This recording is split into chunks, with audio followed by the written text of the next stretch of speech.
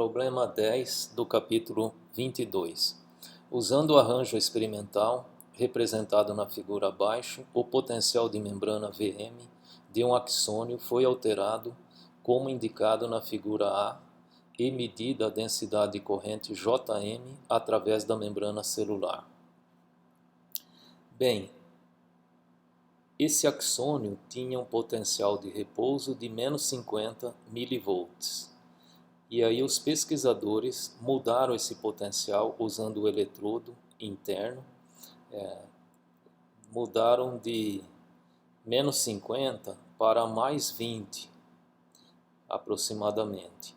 Veja que em cada quadrante desse aqui dá 25 mV. Aqui então seria menos 25, aqui 0, aqui nesse quadrante superior seria 25. Como ficou um pouquinho abaixo desse quadrante superior, então vamos considerar que seja um potencial de membrana de 20 mV. Isso aqui ele manteve esse potencial por cerca de 5, 10 milissegundos.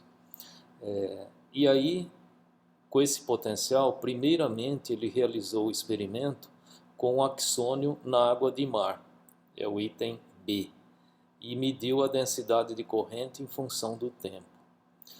No segundo experimento, ele colocou esse axônio numa solução sem sódio e fez a mesma medição da densidade de corrente. A densidade de corrente é a densidade de corrente que passa pela membrana, que é medida em miliampere por centímetro quadrado. Aí a gente nota que no primeiro caso, que houve uma pequena entrada de sódio e uma grande saída de potássio. Como que eu vejo isso? Bom, quando a corrente é negativa, ela representa um íon positivo entrando na célula e corrente positiva, um íon positivo saindo da célula. Como o sódio só entra, só ele gera corrente negativa e só o potássio gera corrente positiva.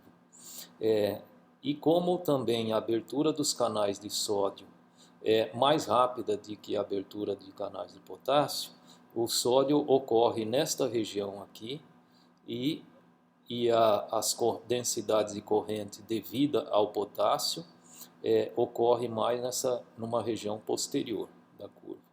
Aqui então nós vemos uma pequena entrada de sódio, né, e uma grande saída de potássio. No segundo caso, quando o axônio estava numa solução sem sódio, aí não houve entrada de sódio, ao contrário, houve uma pequena saída de sódio aqui, porque deu uma corrente, uma densidade bem na região onde aparece o sinal do sódio, deu uma região com corrente positiva. E o potássio teve um comportamento similar no caso com a água de mar, ou seja, não houve alteração para o potássio essencialmente, mas para o sódio houve uma grande alteração. Então vamos ler de novo o enunciado para entender o que se pede. Usando o arranjo experimental representado na figura abaixo, o potencial de membrana Vm de um axônio foi alterado, como mostrado na figura A, e medida a densidade de corrente elétrica Jm através da membrana celular. Na figura B, é mostrada a variação de Jm com o tempo quando o axônio foi colocado num recipiente contendo água de mar. A variação mostrada em C foi obtida com o axônio colocado em uma solução sem sódio. Explique a diferença entre as figuras B e C. Bom, primeiro, como eu já comentei, houve na figura B, quando tinha água de mar, houve uma pequena entrada de sódio e uma grande saída de potássio. No segundo caso, na solução sem sódio, houve uma pequena saída de sódio e uma grande saída de potássio, como no caso anterior.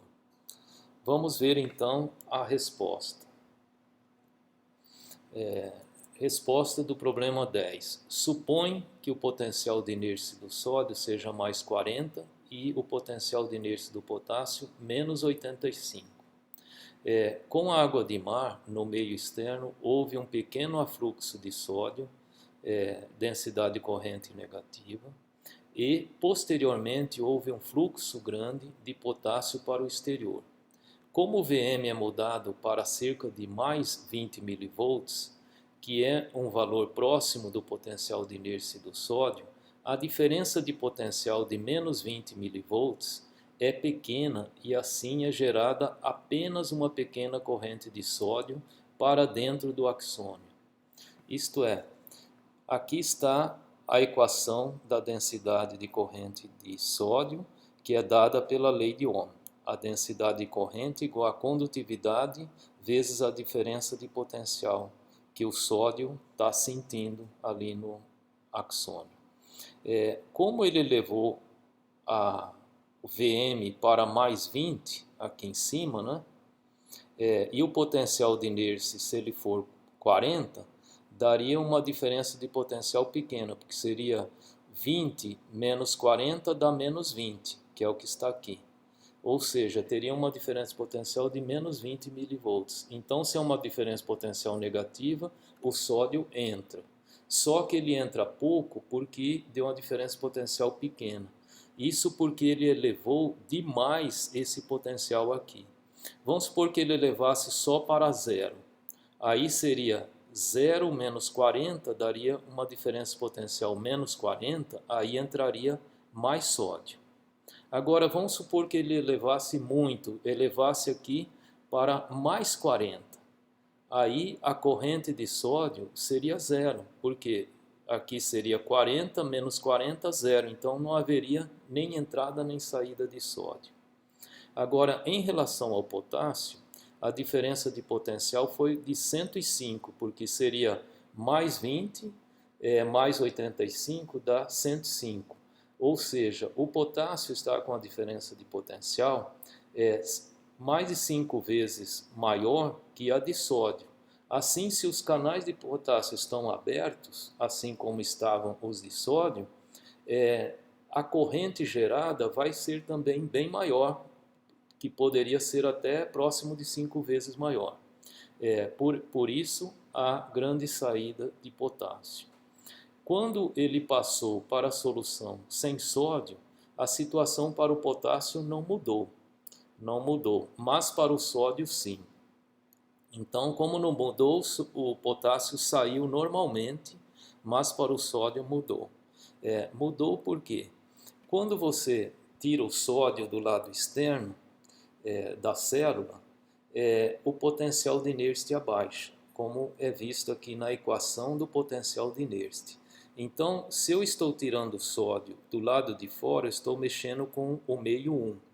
Se eu estou diminuindo a concentração aqui no meio 1, esta fração aumenta. E, portanto, o logaritmo natural também aumenta. Isso aqui para o sódio é um valor positivo, mas como tem um sinal negativo aqui, então esse aumento resulta num decréscimo do potencial de inércia do sódio. Ou seja, quando eu coloco na solução sem sódio, eu estou abaixando o potencial de inércia. Se ele era 40, ele agora abaixou para um valor que eu não sei bem o que é. Mas pelo sinal eu posso até tentar, pela corrente que ele gerou, eu posso tentar descobrir. Vamos supor que ele abaixasse de 40, que ele abaixasse para 20. Como ele colocou aqui uma voltagem de membrana de 20 mV, se o potencial de inércia abaixasse para 20, a corrente aqui daria zero, ele não entraria nem sairia, certo? Agora, ele abaixou, o potencial de inércia abaixou e abaixou para um valor menor de 20, porque deu uma corrente positiva. Então vamos supor que ele tenha abaixado para 10 mV. O potencial de inércia, que era 40, abaixou para 10. Aí o que fica? Aqui é 20, aqui o potencial de inércia menos potencial de inércia dá menos 10, Isso dá uma diferença de potencial de 10 milivolts. Assim, a corrente seria positiva, que é o que a gente está vendo aqui. Ou seja, o potencial de inércia abaixou e eu estou enxergando nesses gráficos que ele abaixou para um valor menor de 20. Tá? E com o potássio, como deu o mesmo sinal, significa que esses íons não tem uma dependência direta entre eles, porque estava ocorrendo algo importante com o sódio, mas o potássio não sentiu nada, né, durante essa história.